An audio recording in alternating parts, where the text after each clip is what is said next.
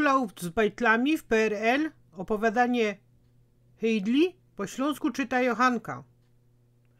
Dziś zaś poczytocie, jak to było za starego pierwej, Hejdla zaś mi powiedziała, pora fajnych wspomnień, razem my spisali i jest gryfnie. Urlaub z bajtlami. Na urlaub my też każdy rok z bajtloma jechali. Hop załatwił w robocie taką mało drewnianą chałupkę w Ustroniu, kaj my tydzień odpoczywali. To nie było tak jak te roski, pojeść mi tak, w gospodzie i pysk uczyć.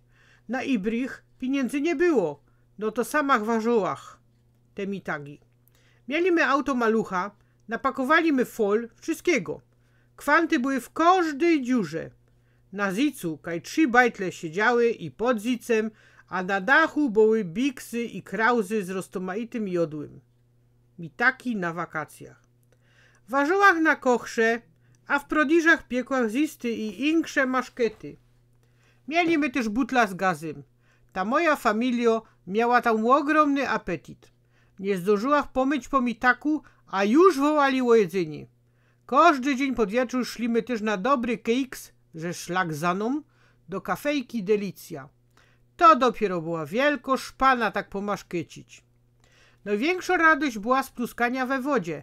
Każdy wczasowicz żoł po swojemu i żody nie był eifersichtig i nie podśmiewał się jak przy życe na butli gazowej warzyłach zupka do bajtli albo kafej do nos. Gumifilce z Rajchu. Rozmy guminioków zapomnieli do najmłodszej cery, a w górach przeca długo rosa, no to łowinołach działsze nóżki hadrom, łoblekłach nelonowe bojtle i zandalki, co by się mogła w piosku grać.